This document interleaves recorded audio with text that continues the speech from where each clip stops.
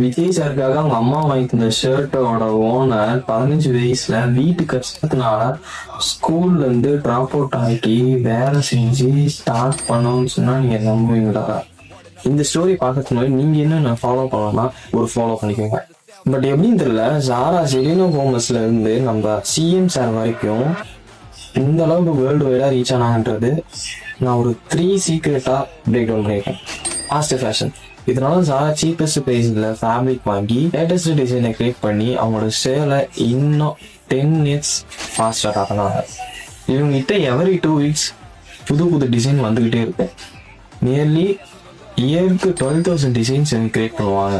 Number 2, scarcity. ஒரு design இன்னைக்கு இருக்கு, நெக்ஸ்ட் வீக் இருக்குமான்ற கேரண்டி கூட இல்லை. அதனாலவே கஸ்டமர்ஸ் எல்லாருமே நெசசரியா இருந்தாலும் ஃபியூச்சர்ல யூஸ் ஆகுமே அப்படின்னு சொல்லி வாங்குறாங்க. Number 3, location. ஜாராவோட ஒரு மெயின் மார்க்கெட்டிங் ஸ்ட்ராட்டஜி இந்த லொகேஷன். ஒரு ஹை எண்ட் ஷாப்பிங் ஏரியாஸ்ல தான் இவங்க நிறைய எடுத்து வச்சிருக்காங்க.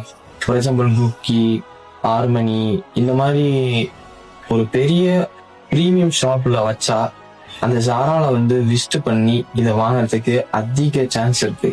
Location it self becomes marketing. இந்த வீடியோ உங்களுக்கு மறக்காம இருக்க சேவ் பண்ணிட்டு என்ன ஒரு ஃபாலோ பண்ணிக்கோங்க. See you tomorrow. Bye.